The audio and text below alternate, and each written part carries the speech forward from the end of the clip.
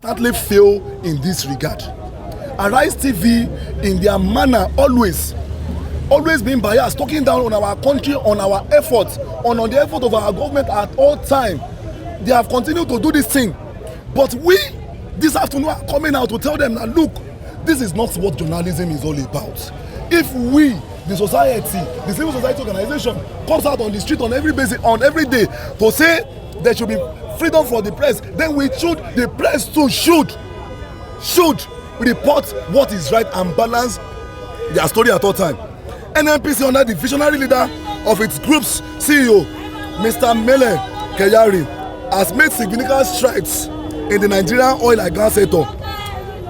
These achievements include the successful reopening of Port Harcourt refinery after years of stagnation and immediate reopening of Warri refinery. These efforts are critical milestones in addressing Nigerian energy challenges.